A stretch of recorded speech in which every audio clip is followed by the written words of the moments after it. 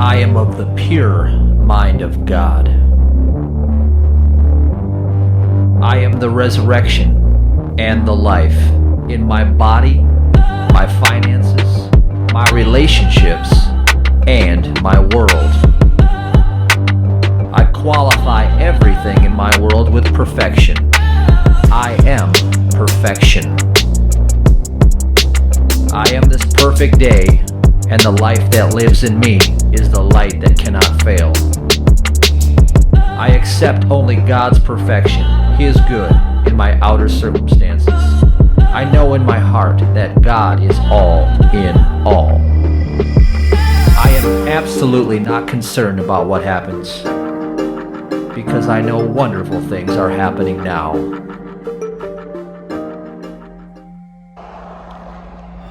Okay, so as you can see, I got a little sweaty, a little hot here. Just got done running Milkshake Hill, and had a 5,000 plus calorie cheat day yesterday, and oh, it was good. I had a big giant brownie ice cream that was probably 24 ounces, massive. I had 6 cream-filled Long Johns with milk, and I had pizza, and I also had hamburger and a couple other miscellaneous junk food items that, once a month I think I do this, where I just have to blow it out. Like, realistically, I get where I get flat in my training, and so when I'm training I get depleted, where I don't feel I have that poof, that drive. And so then when I get to that state and it kind of perpetuates, then I blow it out with a massive sugar reload. And psychologically, I know, according to German New Medicine, it's when you have an exhaustion conflict, you pounce on the food. And so it's like an exhaustion conflict, so I pounce on the food, and then vagatonia kicks in, so then the stress within the stomach goes down, all this, it all plays out. It's all psychological. And once that vagatonia goes down, usually I'm back into the full free flow receiving mode. So there's this balance when you really are a type A type mentality like myself. It's really the opposite of relaxing and allowing. So you have to figure out within yourself how to balance that equation, so you are not all push and no pull. Push. You got to pull. It's the giving and receiving. It's the yin and the yang. It's the divine masculine and the divine feminine. You got to find a balance. It has to come to the place of balance. So when you're off in one side and you're go, you have to pull back. And when you're relaxing, meditating, just waiting, you got to push forward. You got to find where it just rests in that, right in that balance. And that's where you'll find, the immediate joy in the moment. And you can follow that joy all the way to your compass outcome of your destiny. It'll find you. So along with that, I want to talk about finances today. I want to help ease some of the fears around that, because the big shakeout in the world is that finances and food shortages and all these lies are coming at you. And remember that the world isn't there, so everything that's physical is actually nothing. So there's your first principle understanding. You live in a spiritual universe, and spiritual is and material is not. And where is all the lies coming from? It's coming from the material carnal mind. So the carnal mind mirrors its own ignorance on its own body. Your flesh body is carnal, and it's full of ignorance and lies and deceit.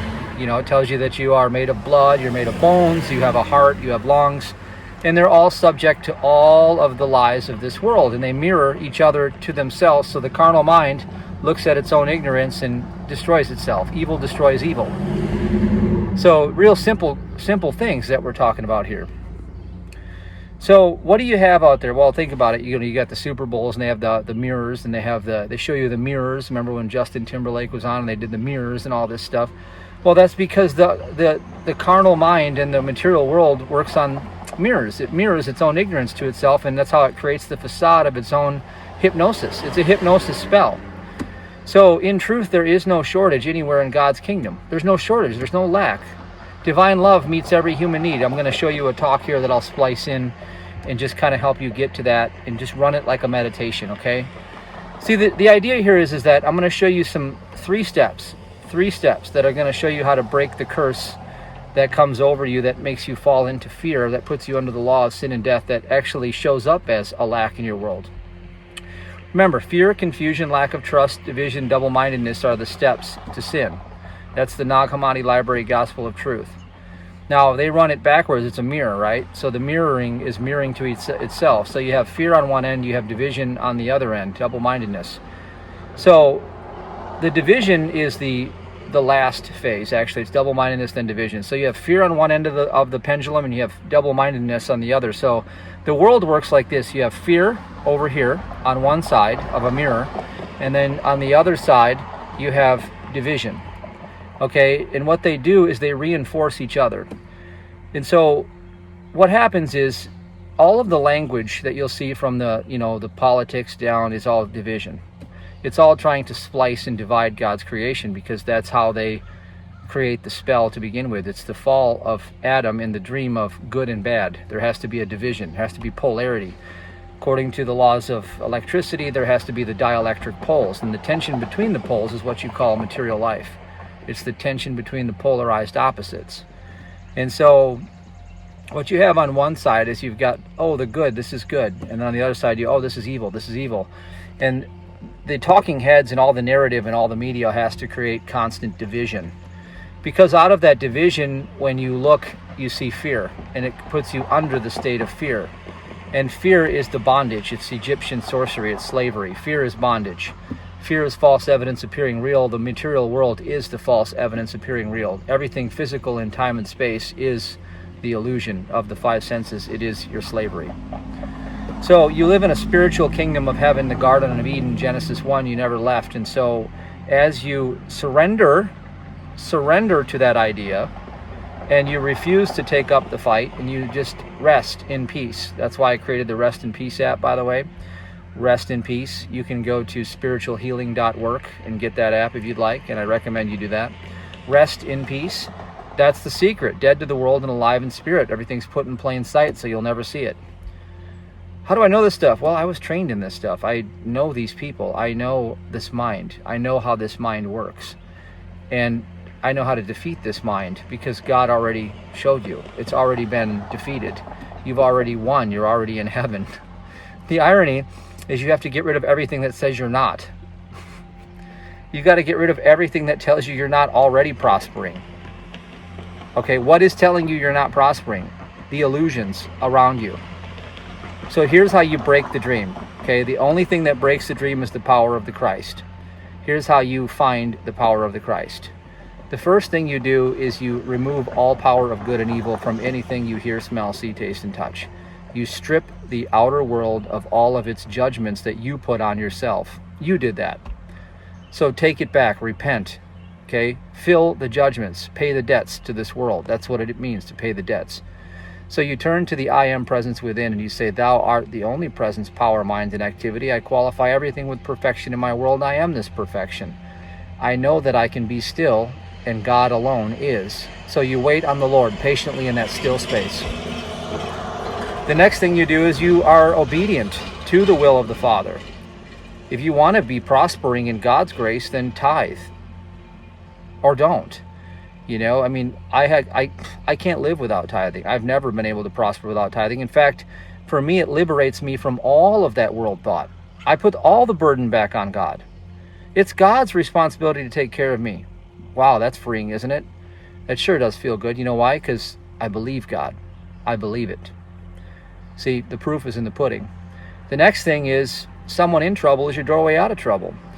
Mary Baker Eddy says, an unselfed love receives immediately divine power. So, an unselfed love. If I need to break the spell of fear over my life, well, fear is only conquered by unselfed love.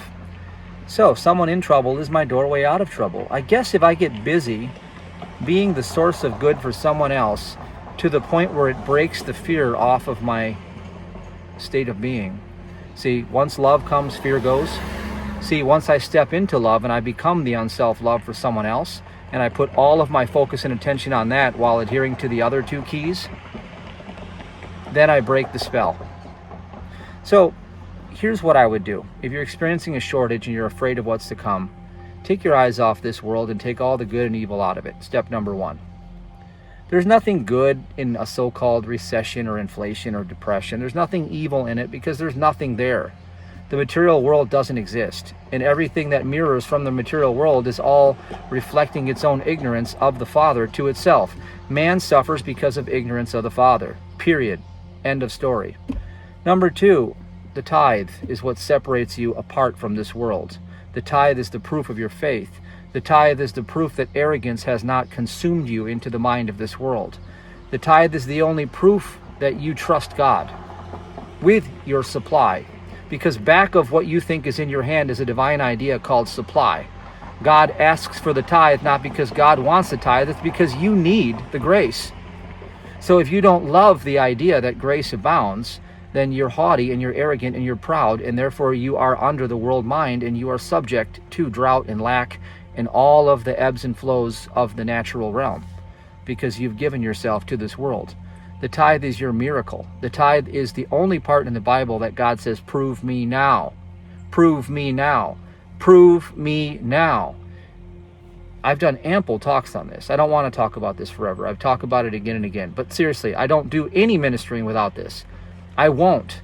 I have no divine authority without my obedience. None whatsoever. The only thing that makes me divine is my quality of obedience to God. That's it. Now, the third thing is fear must go. Divine love is the only thing that will kick fear out.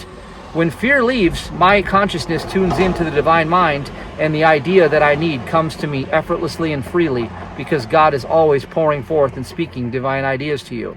But when you are in a state of fear, you can't receive it.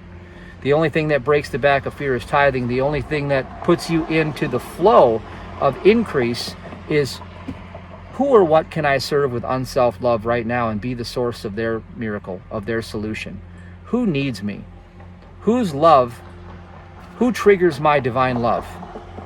Where do I feel compassion? Whose brokenness needs my love, my grace, my hand of God to step in? And begin to focus there only for the fact that you are reflecting a divine quality back to the Father, because the only thing that exists is the Father. And the minute you step out of that divine quality by giving your faith to fear, you broke the covenant. And the covenant means covering. It does not mean a contract. You are not in a contractual agreement with this world as the world lies to you and tells you it is.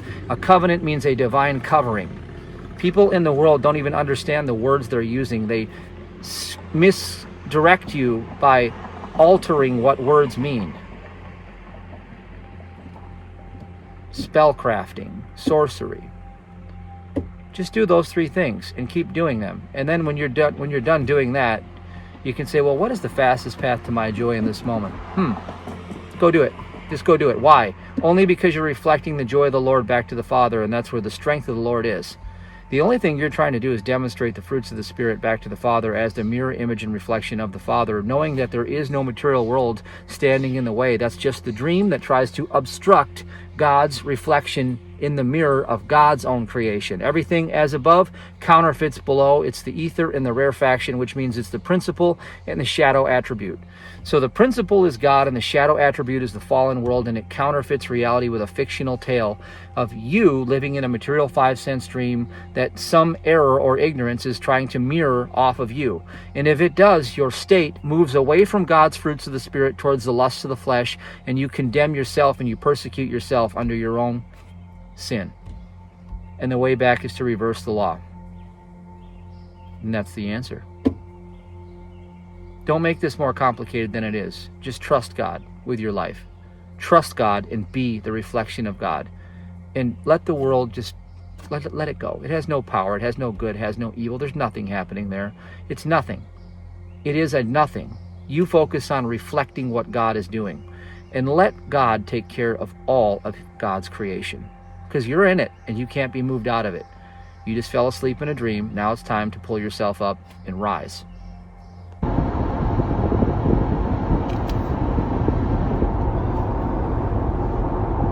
What to do about inflation? Well, I made a video about this several weeks ago. It's on my channel, and I talked about it in great detail. Perhaps I'll go a little deeper into this and just assert that inflation is also an idea. Everything is in the realm of ideas. It's not a big tangible thing that can carry on some sort of power and create as if it has some authority to overstep God's harmonious supply within God's own creation. In the garden, everything is already met. It's already taken care of. All of your needs are already provided for. What is that garden? It's the garden of pure awareness, silence, thought, stillness. Divine idea comes to you. It meets you in your place of receptivity. I talked about this in the video quite some time ago. I walked on the beach and shared all of the ideas that came to me when I needed them. I talked about the nutrition store. It was going from, 20-some to 30-some walk-ins a day down to 1 or 2 or 3. No way I could sell that many products to one person to make enough money to keep that store going. That was an inflation. That was an inflation. If I have to sell one customer $1,200 a day worth of products, that's an inflation in the amount of money that I have to get out of one person to keep my store open. So therefore I was in a hyperinflationary collapse of the store. And yet, I didn't focus on the problem. I didn't focus on trying to find a solution. Ironically enough, I said, what is the fastest path to my joy in this moment? Regardless of the fallout. So, regardless of whether I lose the store or keep the store, it doesn't matter. What is the fastest path to my joy? I went and played guitar in the back room.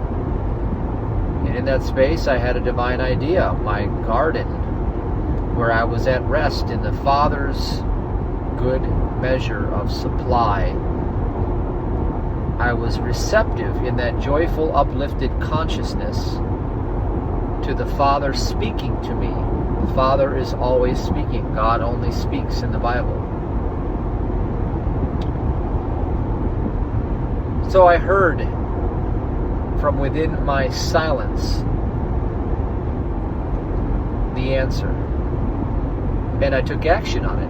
And I went and made this review video, and it went online. It went #1 on YouTube, and I had an instant 6-figure income. It solved the need. So God is always providing you with a divine idea, and in God's divine idea there is always ample supply. You are also an idea in the mind of God, forever held in your position of receiving what God is always pouring forth into your human experience. So God never ceases to pour forth His love, and you, the recipient of that love, can never fail to receive it as long as you remain in the uplifted, tuned in, tapped in, and turned on state of consciousness that receives what already has been given. Already has been given. You don't need to inform God about a problem. You don't need to pray about the price of gas going to $10 a gallon, $15 a gallon. You don't need to pray about rents going above $2,000 a month and wonder how you're going to make it, how you're going to take care of your own human needs. You were never engineered to do any of that. This is a shakeout of you to lose your faith from the tempter, from the evil one. The serpent in the garden wants to steal your joy by hiding the good. Turn away from the world. It's nothing. There's nothing there. It's an illusion of sense, human mortal sense. Turn to the I within. Me, the Christ within. The I, capital S, self.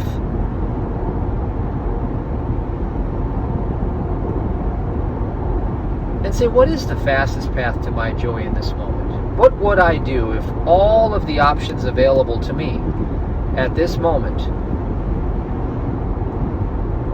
were simply something I had to choose and pursue for only the sake of experiencing joy? for no other reason. For no other reason other than to be in the reflection of God's joy, so I can be the recipient of God's love. What would that fastest path to my joy be? Go and do that thing. And be still in the moment. Refuse to think about your fears and worries. Refuse to fear. When you're tempted, say, I am absolutely not concerned, because I know wonderful things are happening, because God is all there is. And remember, what comes through you sticks to you. Do not try to hold on to your supply as if it belongs to you. Everything belongs to the Lord. Break apart the sacred tenth, sow your tithe, pour forth fearlessly with ample divine measure, as if your supply is God's substance and you are the steward of it. You are simply managing God's substance as the recipient of His will. The inheritance of the Father is pouring into your experience, and it does not have a limit. Here's a bill that shows up. Break apart the tenth and sow it as obedient to God, and then take what is left and pour forth fearlessly into meeting the need. Turn away from fear and refuse to see a lack or a deficiency, because that is not the mind of Christ. That is the mind of this world and the human calculating reasoning of the devil. There is no such thing as a shortage anywhere in God's creation. There can be no shortages of food, of gas, of certain supplies and parts and pieces, because all of God's parts and pieces are all one. They are all the reflection of God's wholeness, the Holy Spirit in the totality of its eternal perfection. And it cannot be marred, it can't be scarred, it can't be defeated, it can't be trampled upon by world belief and ignorance and superstition of the material five senses.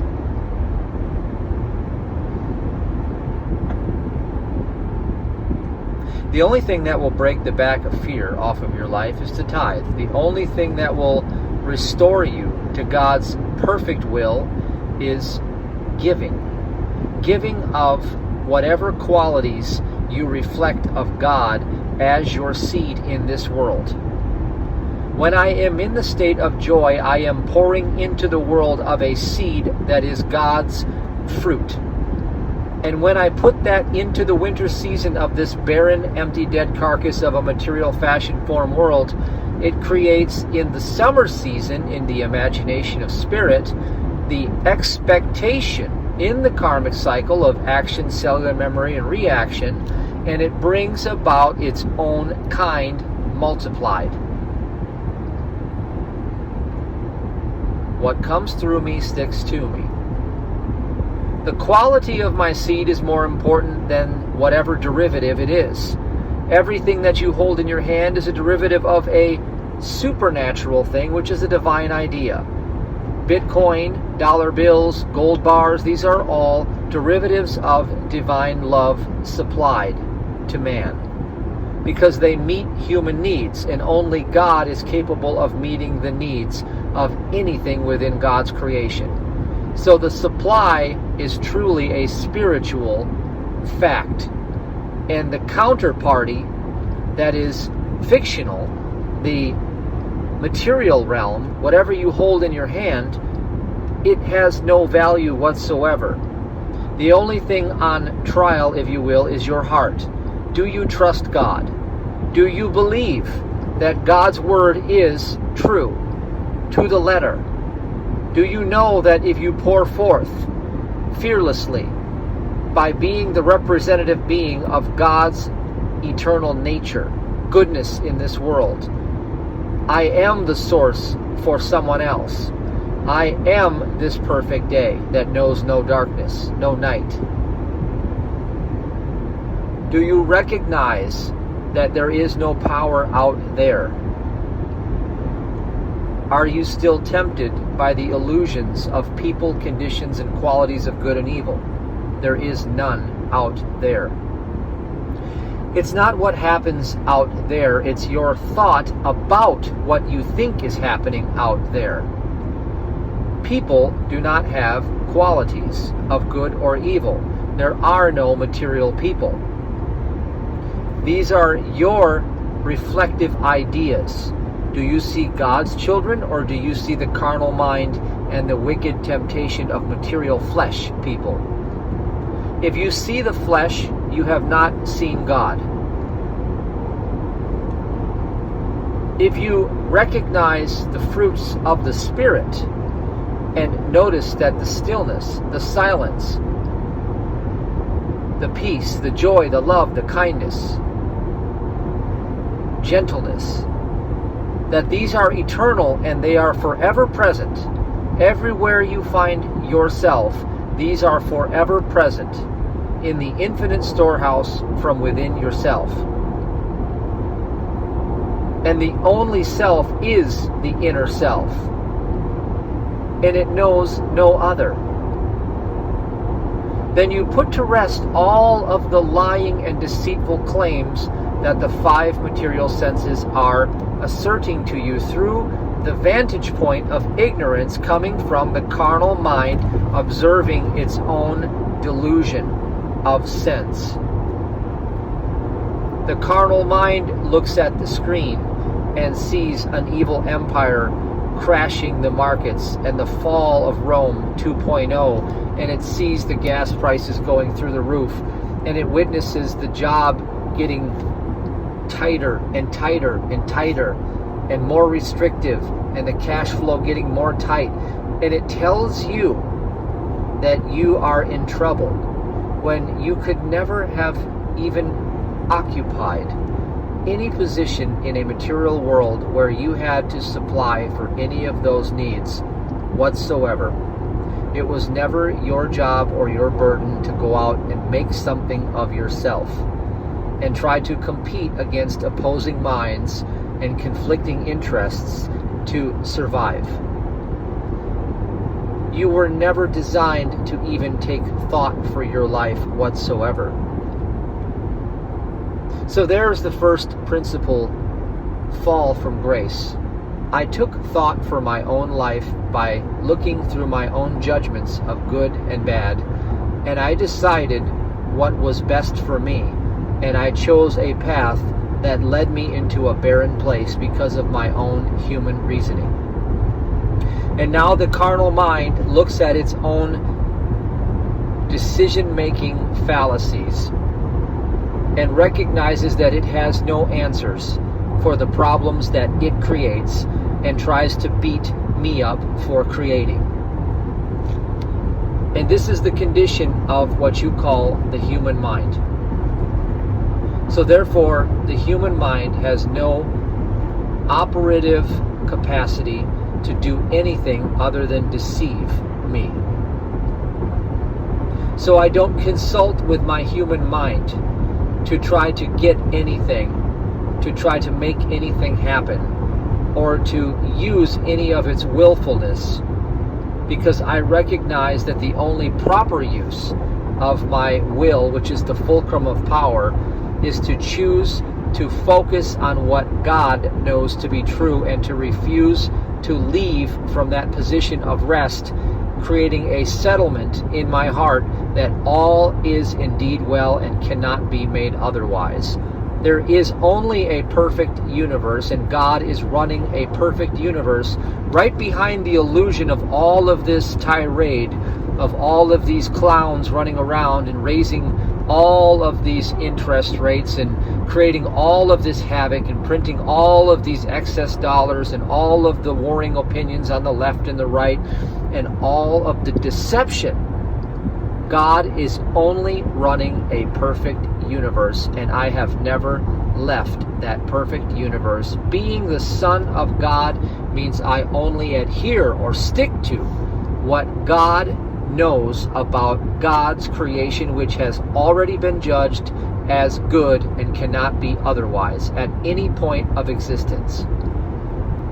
So what is left for me to do other than to relax and to come to a position of trust and to decide that the truth alone will supply for all of my life, because my life is rooted in truth. And peace, be still, and know that I am God.